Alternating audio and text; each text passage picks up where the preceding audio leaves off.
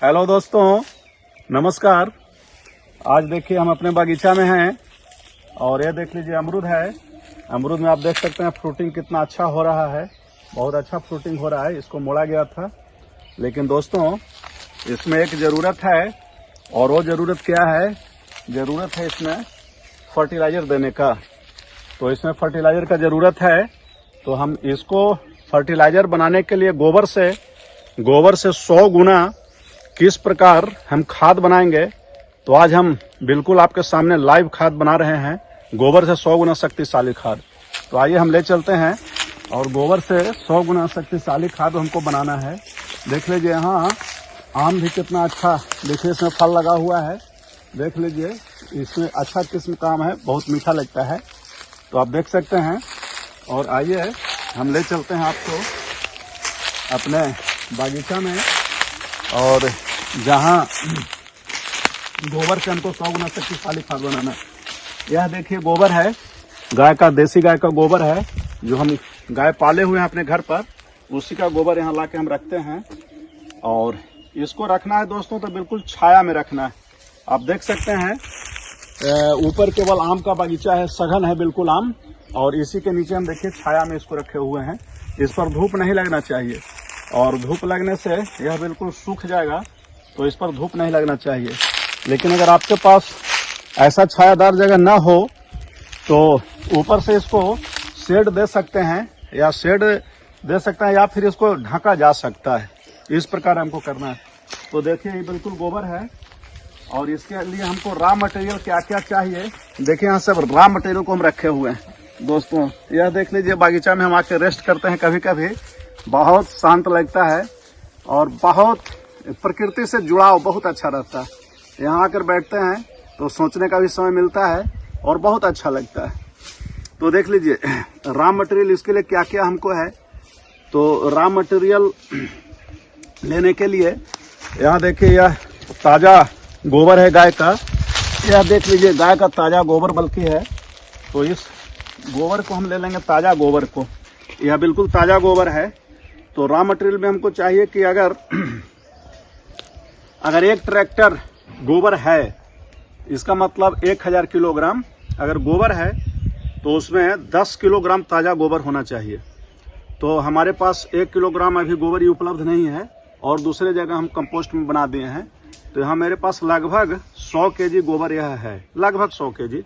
तो इसलिए लगभग 1 किलोग्राम, ऐसे वजन नहीं किए हैं लेकिन मोटा मोटी अंदाज से 1 किलोग्राम गोबर को हम ये 10 लीटर पानी में डालेंगे। पानी कुछ ज़्यादा लग रहा है, इसलिए पानी थोड़ा हम कम कर दे रहे हैं, इसको पानी थोड़ा गिरा दे रहे हैं। तो देख लीजिए इस गोबर को इसमें हम डाल देंगे, ताज़ा गोबर को। यह बिल्कुल ताज़ा गोबर है, इसको इसमें हम डाल देंगे। देखिए ताज़ा गोबर को इसमें डाल दिए। चलिए ताज़ा गोबर इसमें डाल दिए। अब इसको हम अच्छी तरह से मिला देंगे। इसको हम अच्छी तरह से मिलाएंगे, घोल लेंगे बहुत अच्छी तरह। इस प्रकार हिला हिला इसको हम अच्छी तरह घोल लेंगे। देखिए इस प्रकार इसका घोल हो गया। ये बिल्कुल ताज़ा गोबर है और इसको हम घोल लिए। अब कहिए यहाँ प्रश्न है कि जब यह गोबर मेरे पास इतना उपलब्ध है 100 केजी के लगभग, तो ये ताज़ा गोबर क्यों दिया गया? तो दोस्तों ताज़ा गोबर में बहुत सारा जीवाणु होता है। आप जान लीजिए कि ताज़ा गोबर में जीवाणु बहुत सारा होता है। तो इसलिए जीवाणुओं का संख्या के बढ़ाने के लिए हमको ताज़ा गोबर दिया गया है। चलिए ताज़ा गोबर हम दे दिए। अब ताज़ा गोबर दे दिए। 1000 किलोग्राम में 10 किलोग्राम ताज़ा गोबर देना है, तो हम 1 किलो इसमें ताज़ा गोबर दिए, चूँकि 100 किलो है। अब इसमें 10 किलोग्राम, 1000 किलो गोबर में 10 किलोग्राम गुड़ देना है। गुड़ जो गन्ना का बना हुआ है, देखिए यह गुड़ है। तो इसमें हम लगभग 200 ग्राम गुड़ इसमें डाल रहे हैं। देख लीजिए 200 ग्राम गुड़ लगभग इसमें डाल दे रहे हैं। और इसको भी अच्छी तरह से हम मिला लेंगे। इसको भी अच्छी तरह से इसमें, अब ये गुड़ डाल दिया, इसमें भी अच्छी तरह से इसको हम मिला लेंगे। तो अब गुड़ डालने से क्या होगा कि जीवाणुओं का जो इसमें संख्या है ना, वो बहुत तेज बढ़ेगा, बहुत तेजी से बढ़ेगा गुड़ डालने से। अब इसमें 1 लीटर लगभग, देख लीजिए यह लगभग 1 लीटर है। यह छाछ है, बिल्कुल छाछ है। देख लीजिए 1 लीटर है, इसको भी इसमें मिलाएंगे। 1 लीटर छाछ है, इसको भी देखिए इसमें मिलाएंगे। देखिए बिल्कुल छाछ है, देख लीजिए छाछ है, गाय का बना हुआ है। इसको भी देखिए इसमें मिला दिए। अब छाछ मिलाने से क्या होगा कि इससे भी जीवाणु जो है ना बहुत तेज पनपेगा इसमें। देखिए छाछ को भी इसमें हम मिला दिए। देखिए पानी थोड़ा हमको ज़्यादा हो गया है, पानी को थोड़ा सा और हमको इसको निकालना पड़ेगा। पानी थोड़ा ओवरफ्लो हो रहा है, इसलिए पानी को हम निकाल देंगे थोड़ा, और बल्कि इसी पर छिड़क देंगे। अब चलिए पानी थोड़ा इसको हम कम कर दिए, पानी ज़्यादा हो रहा है इसीलिए। तो चलिए अब इसको हम मिला देंगे। इसमें हमारा 3 चीज़ मिल गया दोस्तों। अब इसमें और क्या मिलाना हमको है, और इसमें मिलाना है, देख लीजिए आजकल जो हम लोग कीटनाशक दवा का जो प्रयोग करते हैं खेतों में, तो इससे मिट्टी का जीवाणु बहुत मर जाता है। और जीवाणु मरने से, चूंकि आप जानते हैं कि जीवाणु ही ऐसा है, जीव जो है जो मिट्टी के अंदर है, और वही जीव डिकम्पोज करता है, जो हम लोग कंपोस्ट डालते हैं उसे, और जिसको हम लोग फिर पौधा जो है उसको प्राप्त करता है। तो इसीलिए हमको इसमें मिट्टी डालना है, और मिट्टी ऐसा जगह से लाना है कि जहाँ कीटनाशक दवा का प्रयोग ना हो, फर्टिलाइजर का उतना प्रयोग ना हो।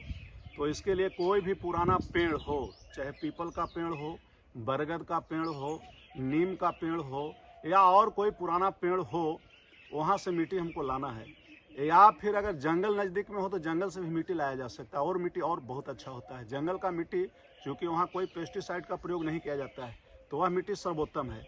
और वहाँ न मिलने के बाद कोई भी पुराना पेड़ के नीचे का मिट्टी लाया जा सकता है। तो देख लीजिए हम यह पुराना पेड़ के नीचे का मिट्टी, यह भी 1 किलो लगभग इसमें दे रहे हैं। और ऐसे 1000 किलो में हमको इसको 10 किलो देना है, लेकिन यह लगभग 1 किलो है, 1 किलो से कुछ ज़्यादा है, तो 1 किलो लगभग मान के इसको हम इसमें डाल दे रहे हैं। 1 किलो इसमें मिट्टी डाल दे रहे हैं। और मिट्टी डालने से क्या होगा, इसका क्या सिद्धांत है कि इसमें बैक्टीरिया बहुत ज़्यादा है। अगर इधर का मिट्टी लेते हैं, लोकल मिट्टी लेते हैं, तो उसमें बैक्टीरिया नहीं रहता है, क्योंकि पेस्टिसाइड का हम लोग प्रयोग करते हैं, और प्रयोग करने के बाद वह मर जाता है बिल्कुल, तो वो नहीं रहता। इसलिए इसमें हम मिट्टी भी डाल दिए। और मिट्टी डालने के बाद इसमें यह देख लीजिए, यह खल्ली है, और यह खल्ली आपको जो है सरसों का यह खल है, तो सरसों के खल है, इसको भी लगभग 200 ग्राम भर इसको भी डाल देंगे। यह सरसों का खल्ली है, इसको भी इसमें 200 ग्राम के लगभग अंदाजा से इसको इसमें डाल देंगे दोस्तों। यह 1 किलो का थैला है, तो 200 ग्राम इसमें लगभग डाल देंगे। चलिए 200 ग्राम डला गया इसमें। अब 200 ग्राम इसमें खल डला गया। अब इसको हम क्या करेंगे, इसमें अभी एक चीज़ हमको और डालना है, और वह क्या है, तो इसमें देख लीजिए, इसमें गाय का यूरिन है, गौमूत्र है, यह भी 1 लीटर है लगभग, तो 1 लीटर इसको भी इसमें डाल देंगे हम। यूरिन है गाय का, यह गौमूत्र है, गाय का यूरिन है। आप वेदों में इसका तो बहुत वर्णन सुने, वेद में तो इसका बहुत ज़्यादा वर्णन है। इसमें बहुत सारा पोषक पदार्थ होता है, और यह बहुत ही उपयोगी लाभदायक चीज़ है। लेकिन हम लोग इसको बेस्ट समझकर केवल फेंक देते हैं, बेस्ट समझकर इसका हम लोग उपयोग नहीं कर पाते हैं। लेकिन इसका उपयोग करना है। इसमें जितना गोबर में जितना ये पोषक पदार्थ पौधों के लिए है, उससे कम गौमूत्र में नहीं है, इसमें बहुत अधिक होता है। तो 1 लीटर इसको भी इसमें हम डाल देंगे। देख लीजिए यह गौमूत्र है, इसको इसमें डाल दे रहे हैं। देख लीजिए इसको में मिला दिए, इसको भी। अब इस प्रकार हमारा बिल्कुल यह जो है तैयार हो रहा है। अब इसको दोस्तों हम अच्छी तरह से चला देंगे, मिक्स कर देंगे, बहुत अच्छी तरह से सबको मिक्स कर लेंगे। थोड़ा इसमें देखिए पानी ओवरफ्लो हो रहा है, पानी को और निकालेंगे हम, थोड़ा इसमें से थोड़ा और निकाल लेंगे पानी को। देखिए और निकाल लिए, थोड़ा चलाने में हमको इसको दिक्कत हो रहा है मिक्स करने में। तो इसको अच्छी तरह से देखिए इस प्रकार अब हम मिक्स कर देंगे। चलिए इस प्रकार अभी हम मिक्स हो गया। अब मिक्स करने के बाद इसको छायादार जगह में, बिल्कुल छायादार जगह में इसको छोड़ना है। तो छाया में इसको, धूप में नहीं, छाया में इसको 1 सप्ताह के लिए अब हम छोड़ देंगे। तो छाया में 1 सप्ताह छोड़ने के बाद इसमें क्या होगा, बहुत सारा जीवाणु इसमें इंक्रीज करेगा, बहुत ज़्यादा इसमें बढ़ जाएगा जीवाणु। तो इस प्रकार इसको हम, यह लिक्विड मेरा तैयार हो गया, तरल तैयार हो गया। यह देखिए लगभग 1 सप्ताह पहले इसको हम तैयार इसी प्रकार किए थे, जैसा अभी इसमें रखे हैं उसी प्रकार इसमें रखा हुआ था। और यह देख लीजिए कितना बेहतरीन लिक्विड यह तैयार हो गया है। बहुत ही पावरफुल है, बहुत पावरफुल लिक्विड तैयार हो गया है। अब इस लिक्विड को हम इस गोबर का जो ये ढेर है लगभग 100 केजी गोबर का, इसमें इसको हम छिड़काव करेंगे। तो इस प्रकार इसको छिड़काव करेंगे। इस प्रकार इसको दोस्तों इस प्रकार छिड़काव इसको करेंगे। और ऐसे देखें, ऐसे हम ये छिड़क रहे हैं तो ये ऊपर ही केवल रह जा रहा है। तो हमको क्या करना है कि इस प्रकार इससे इस प्रकार देखिए गड्ढा कर देना, इस प्रकार गड्ढा करना है और ये गड्ढा में इसको डाल देंगे। ये देखिए इस प्रकार गड्ढा करेंगे और गड्ढा में डाल देंगे। देखिए इस प्रकार ऐसे गड्ढा करेंगे और गड्ढा में इस प्रकार डाल देंगे। इस प्रकार देख लीजिए, ऐसे हम करेंगे। इसको गड्ढा करते जाएंगे और गड्ढा में डालेंगे। कुछ ऊपर से भी इस प्रकार छिड़क देंगे, कुछ ऊपर से भी छिड़क देंगे और कुछ गड्ढा में बनाएंगे उसमें डाल देंगे। इस प्रकार देखिए, इस प्रकार हम इसको डाल देंगे, गड्ढा करेंगे उसमें डाल देंगे ऐसे, और इसको छिड़काव भी करेंगे। तो इस प्रकार हम इसमें पूरा छिड़क देंगे। जितना घोल बना हुआ है सारा घोल को इसमें डाल देंगे, गड्ढा करके भी डाल देंगे, ऐसे भी डाल देंगे, जैसे भी इसको मिक्स कर देंगे। चलिए सब सारा घोल को इसमें हम डाल दिए दोस्तों।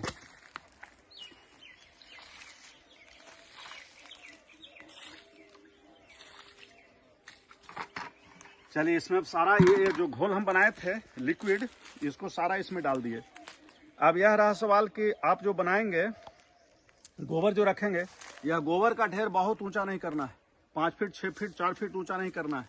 अगर उतना ऊंचा कीजिएगा तो बहुत परेशानी होगा, दिक्कत होगा, और चूंकि अंदर तक यह घोल नहीं जा पाएगा। अगर डायरेक्ट हम गोबर को खेत में डालते हैं तो उससे बहुत नुकसान होता है, लाभ नहीं देगा। और अगर गोबर का डायरेक्ट कंपोस्ट बना के देते हैं तो उससे यह बहुत अधिक 100 गुना पावरफुल हो जाएगा। गोबर के पावर को यह बहुत बढ़ा देगा, घोल जो अभी हम दिए हैं इसको। अब इसको एक प्रकार का हम कर देंगे और इसको फिर हम उलट देंगे, इसको नीचे ऊपर कर देंगे फावड़ा से या कोई चीज से कर देंगे। और ऊपर नीचे करने के बाद 1 सप्ताह के बाद या 10 दिन के बाद पुनः घोल को इसमें डालेंगे। 1 सप्ताह के बाद 10 दिन के बाद मोटा मोटी, और 10 दिन के बाद 20वां दिन फिर इसमें डालेंगे और 30वां दिन फिर डालेंगे। 3 बार इसमें हम डालेंगे। आज डाले 10 दिन के बाद, फिर 20 दिन के बाद, और इस प्रकार यह बिल्कुल लगभग 1 महीना के बाद यह बहुत पावरफुल खाद तैयार हो जाएगा। और यह खाद का फिर हम प्रयोग देखिए आपको दिखाएंगे। इसका फिर अमरूद में करेंगे या और कोई पौधा रोपेंगे उसमें करेंगे, या इसको खेत में भी डाला जा सकता है। डायरेक्ट कोई भी चीज हो उसमें खेत में आप डालिए तो इससे बहुत आपका बचत होगा। सबसे पहला है तो कि आप इसमें जितना चीज है पौधा के लिए, जो भी पोषक पदार्थ होता है, 17 तरह के तत्व जो पौधा के लिए जरूरी होता है वो सारा इसमें मिल जाता है। अगर केवल गोबर को ही डालेंगे तो बहुत ज्यादा मात्रा आपको लगेगा, किंतु ये मिश्रण उससे बहुत कम डालने में बहुत प्रभावी होगा। तो इसलिए इसमें सारा पोषक पदार्थ इसमें मिल जाता है। इस प्रकार देख लीजिए हम पावरफुल खाद बनाए, बिल्कुल आपके सामने दिखला करके आप भी अपने घर पर इस प्रकार बना सकते हैं। एक प्रश्न यहाँ ये है, आपको थोड़ा संदेह होगा कि गौमूत्र को इकट्ठा किस प्रकार किया जाए। तो गौमूत्र अगर इकट्ठा नहीं होता है तो आप बगल में एक गड्ढा, एक नाला टाइप से बना दीजिए, नाली टाइप से बना दीजिए गौशाला में अपना, कि जो यूरिन करे, पशु जो आपका मूत्र त्याग करे, वह एक जगह जाकर इकट्ठा हो जाए और उससे फिर आप ले लीजिए। बहुत इजीली होता है। हम अपने घर पर ऐसा बनाए हुए हैं जो आपको कभी हम दिखलाएंगे कि किस प्रकार हम उसको इकट्ठा कर लेते हैं बिना हाथ लगाए हुए उसमें, और डायरेक्ट हम इकट्ठा कर लेते हैं। तो इस प्रकार इसमें भी जो आपका गोबर है तो इसमें मूत्र मिला हुआ है। इसलिए मिला हुआ है कि गड्ढा जो आप कर दीजिएगा, थोड़ा करहा टाइप से जो बना दीजिएगा डिप करके, तो उसमें मूत्र इकट्ठा हो जाएगा और फिर उसी को झाड़ू वगैरह से उसको अलग करके वो लाके यहाँ रख दिया जाता है। तो इस प्रकार यह बहुत प्रभावकारी होगा। आप भी अपने घर पर बनाइए, जिनके पास जानवर है, मवेशी जो पालते हैं, वो बनाइए इसको, और बनाने के बाद इसको प्रयोग करके देखिए, और प्रयोग करके देखने के बाद तब फिर आप सोचिए कि इससे लाभ है कि नहीं। और यह बिल्कुल जैविक है, इसमें कोई भी रसायन केमिकल का प्रयोग नहीं किया गया है और बहुत ही लाभदायक होगा पौधा के लिए। इससे फलन भी बहुत ज्यादा होगा। आप दोस्तों आज जान रहे हैं कि आज विदेशों में गोबर का प्रचलन इतना बढ़ गया है कि UAE, कुवैत, सऊदी अरब, ये सब में जो आपको है खजूर वगैरह जो वहाँ मिलता है, उसमें अगर गोबर डाला जाता है, गोबर का खाद डाला जाता है, तो उसमें पौष्टिकता और गुणवत्ता बहुत अच्छा हो गया है। जो आप देख रहे हैं कि वो आयात भी कर रहा है, भारत से भी गोबर जा रहा है विदेशों में। अब तो इतना यह है, इसको समझ लीजिए सोना जैसा है। अगर समझ लीजिए कि सोना से ज्यादा कीमती यह बन जाएगा, बहुत ही इतना पावरफुल गोबर है। तो इसलिए हम लोग गोबर को बेस्ट समझ के केवल ऐसे ही खेत में डाल दीजिए, ये सही बात नहीं है। इससे पावरफुल चीज बनाइए जिससे बहुत ही लाभ होगा। तो यही आज का हमारा वीडियो रहा। इसको आप पूरी तरह से देख लिए, इसका पूरा थ्योरी को भी आप समझ गए कि कौन चीज क्यों मिलाया जा रहा है। तो दोस्तों यह चूंकि 100 kg का था, इसीलिए सब मात्रा हम 1 किलो लिए हैं। अगर आपके पास एक ट्रैक्टर गोबर इकट्ठा करते हैं, और यह ध्यान रहे कि गोबर जब भी इकट्ठा कीजिएगा तो 2 फीट 1.5 फीट से ऊंचा मत कीजिएगा कभी नहीं, और इस प्रकार लंबा बना दीजिएगा। लंबा इस प्रकार आप रो बनाइएगा। ऐसे लंबा बनाने से क्या आपको होगा कि ज्यादा इकट्ठा ऊपर नहीं कीजिएगा, पहली बात। और दूसरी बात, हमेशा इसको छायादार जगह में बनाइएगा और इसमें नमी बना हुआ रहे। नमी इसमें बनना बहुत जरूरी है। नमी अगर नहीं बनेगा तो यह जीवाणु जो इसमें डाला गया है यह इसमें ग्रोथ नहीं करेगा। तो इसलिए इसको मल्टीपल होने के लिए, ग्रोथ करने के लिए नमी रहना बहुत जरूरी है। ये 2 बात पर ध्यान रखिएगा, छाया होना चाहिए, नमी होना चाहिए। छायादार जगह में रहे तो बहुत सुंदर बात है, और नहीं तो ऊपर से इसको शेड आप दीजिए। तो इस प्रकार आप भी अपने घर पर बनाइएगा और इसका प्रयोग करके देखिए, और तब देखिए कि कितना यह लाभ है। और बिल्कुल निःशुल्क, इसमें 1 रुपया खर्च नहीं लगा, केवल थोड़ा सा गुड़ में लगा, गुड़ में और थोड़ा खल्ली में लगा, नहीं तो और कुछ में नहीं लगा। तो वीडियो देखने के लिए बहुत बहुत धन्यवाद।